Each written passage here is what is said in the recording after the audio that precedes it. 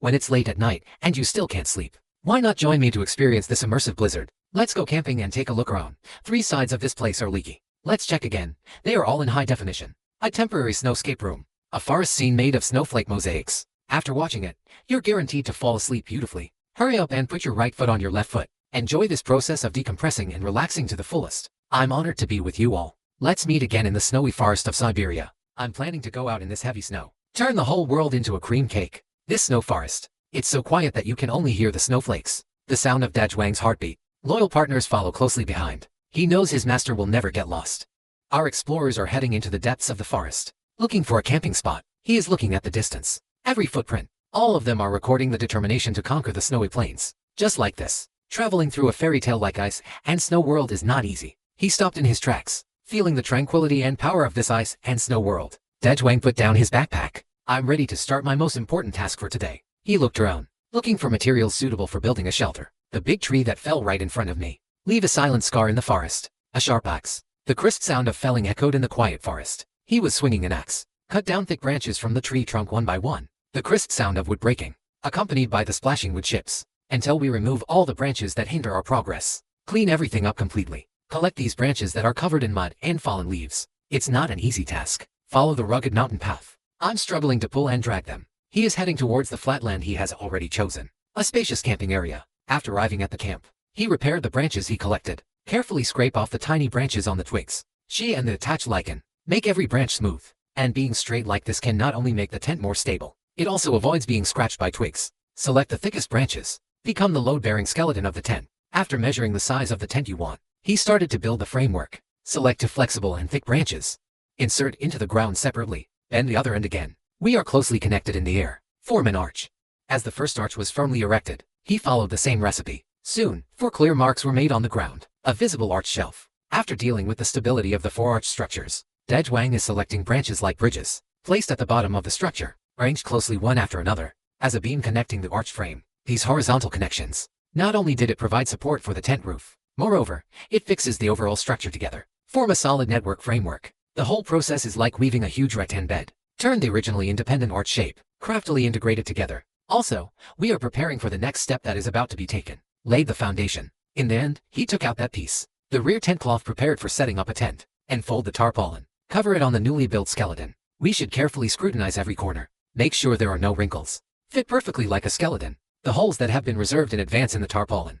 Aligned with the prominent points on the frame. Then secure the tarpaulin firmly. Fix at each intersection of the skeleton. He took something out of his backpack again. I took out the second tarpaulin of the same size. It's slightly different from the touch and color of the first layer. Pay more attention to preventing snow and wind. Cover the second layer of tarpaulin along the frame on the outer layer. Ensure that rain and snow can slide down smoothly. He walked around the tent again. I found several smooth stones. Then placed the stones one by one in the tent. The outer edge of the cloth. Uniform distribution. Dajwang carved several wooden scorpions again with a branch. The head is polished to be sharp and sturdy. He tightened the ropes at the edge of the tarpaulin. Then smashed the wooden scorpion into the ground. Wood scorpion is deeply rooted. Nail the canvas as if it were a nail. And fix it as thoroughly as on the ground. In the end, he pressed the snow at the bottom of the tent cloth to prevent nighttime agitation and invasion. The shelter is finally completed. Although it's simple, it's enough to withstand the wind and snow. It's time to solve the problem of heating and dinner. He cleared out a piece of land. Prepared to make a bunch of warm bonfires. Set up a tent. Now, the remaining branches are the best fuel. The sky still refuses to rest. Delicate snowflakes are falling gently like willow catkins. The process of life is extremely tough. These wet branches are very tenacious and resisting. The curling blue smoke filled the air around the tent. He was so choked up that he started crying. He patiently used all his strength to blow. Finally, in a burst of coughing, the faint flame stubbornly flickered up, gradually, licking and devouring those pieces of wood that are not so eager to burn. The fire has been lit, though, but smoke is more prevalent than flames. The wind is tricky, mercilessly put. The smoke from the bonfire filled Dajwang's tent. The thick, pungent smoke swirled at the entrance of the tent. He coughed continuously because of the strong smell. In order to avoid this torment anymore, Dajwang put together a simple wooden retaining wall. Only then did the fire gradually stabilize. But that pervasive smoke just wouldn't disperse easily. He picked up several thicker branches from the ground. We've set up a barbecue grill. He will keep that old thing that he has been with for many years. The kettle is hanging on the grill. The temperature of the bonfire finally started to rise gradually. The kettle is emitting a hissing sound of steam. The steam in the boiling kettle is hazy and indistinct. He picked up the tea leaves and gently put them in. Then that heat is mixed with the fragrance of tea leaves. He couldn't wait to take a big sip as soon as he saw it. The warm liquid slid down my throat. Instantly defeated all the coldness and tiredness in my body. It also helped him relax his tense nerves. This cup of hot tea not only dispelled the severe cold, it also ignited his passion for this place. Hope and warmth in the lonely snowfield. The night has turned into a fluttering curtain, covering the mountains and forests silently and imperceptibly. The dim yellow light is like the dawn at break of day. Dispel the darkness around us. Gently sprinkled on the white snow, outline the subtle texture of the snow surface. The firewood on the bonfire made a crackling sound, warming up the surrounding air. Dajwang split the firewood, accurately throw it into the fire, make the flame burn even brighter. He took that old-fashioned iron pot, place it firmly in the center of the campfire. Various carefully prepared ingredients, various spices are magically integrated into it. Dajwang and his loyal companion are enjoying a sumptuous meal, enjoying a sumptuous dinner. Every bite of food is warm with the heat of the stove. The simplicity of nature. After eating and drinking to our heart's content,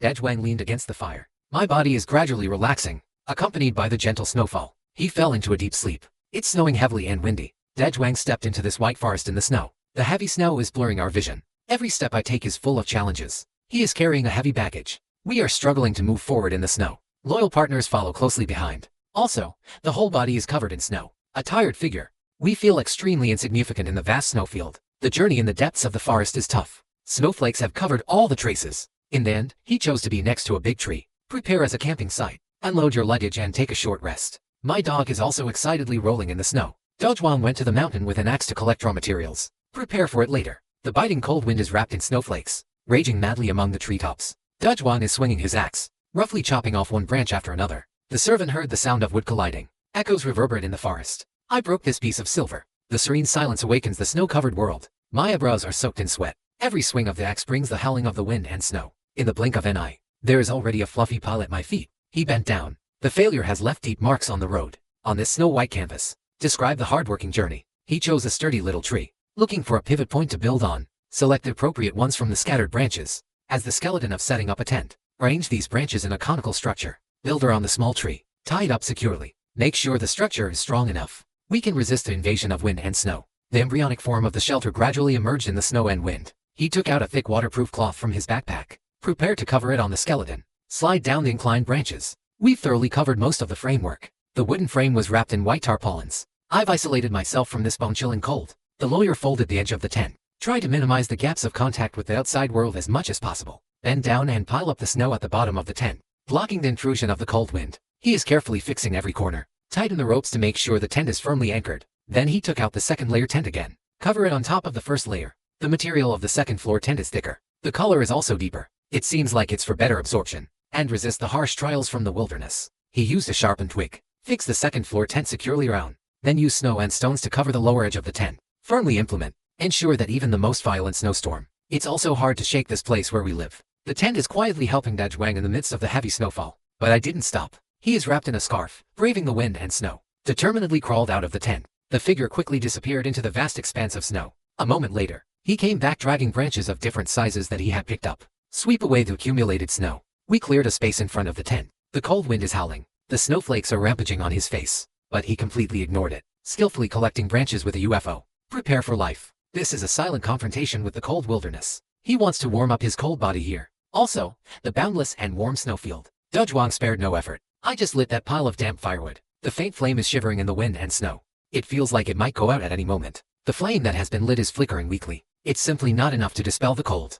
He knows very well that he must refuel immediately. This faint warmth will be completely devoured. Grit your teeth and bear it. Once again, I drilled into the vast wilderness covered in snow and wind to find fuel. He is on the hillside. I found some dead shrubs and thick branches. The wind felt like a knife scraping across my cheek. Snowflakes are hitting my body densely. Drag the materials back to the campsite. He couldn't afford to be tired. Pick up the axe. I started to chop at those hard, withered trees again. We should not go too far. Wood chips can be seen briefly dancing in the wind and snow. He is skillfully swinging the axe. Split the dead wood into neat firewood. Then skillfully stack these chopped firewood. Throw it into the burning fire. Instantly, the orange-red fire snake devoured the newly added fuel. Everyone is burning with enthusiasm. Dispersing the meanings are on us. Burn his claws with thin firewood. Pick up that heavy saw. Under the powerful sawing hole, a thick, dried-up tree fell down abruptly. He picked up these heavy pieces of wood. For the humble camp, chop them into neat firewood. As a solid reserve of future fuel. After finishing his busy work, he sat down tiredly by the fire, feeling the comfort brought by the flames. The fierce wind swept across the land with a roar.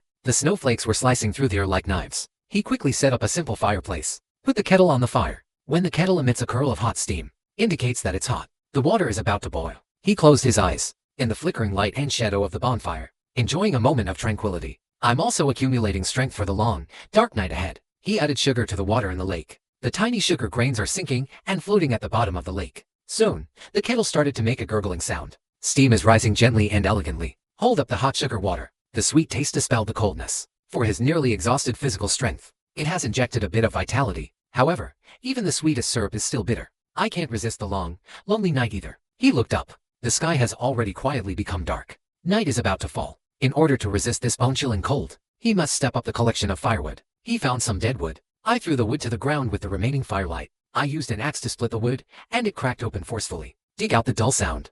He didn't care that his hands were already frozen stiff. Keep throwing logs into the bonfire. The flame instantly seemed to have been reborn. Suddenly sprang up even higher and more vigorously. Hope to resist the cold. Pass it on to this world covered in ice and snow. He, who is exhausted, is taking a short rest. Then I started to prepare dinner. He took out a can from his backpack. Mechanical activation. Put the thick ingredients in the can. Pour it all into the pot at once. As the heat rises, a bunch of seasonings. The smell of meat filled the air. After a simple heating, he sat around a faint fire. Eat voraciously. We are having this dinner full of hard work and hope. Every bite, both carry the fragrance of firewood and the warmth of food. Temporarily soothe the tired body and the empty stomach. But he knows that the real challenge is still waiting for him. The long night is not yet over. The meaning remains the same. I'm full. I feel warm all over. He rearranged the firewood. It's exhausting to add more firewood. Watching the flames greedily devouring. The firewood burns bigger and bigger. The orange light illuminates everything around us. He checked the fire one last time. Only then did I satisfiedly crawl into the tent. I suddenly feel exhausted. The warm firelight shines on the inner wall of the tent.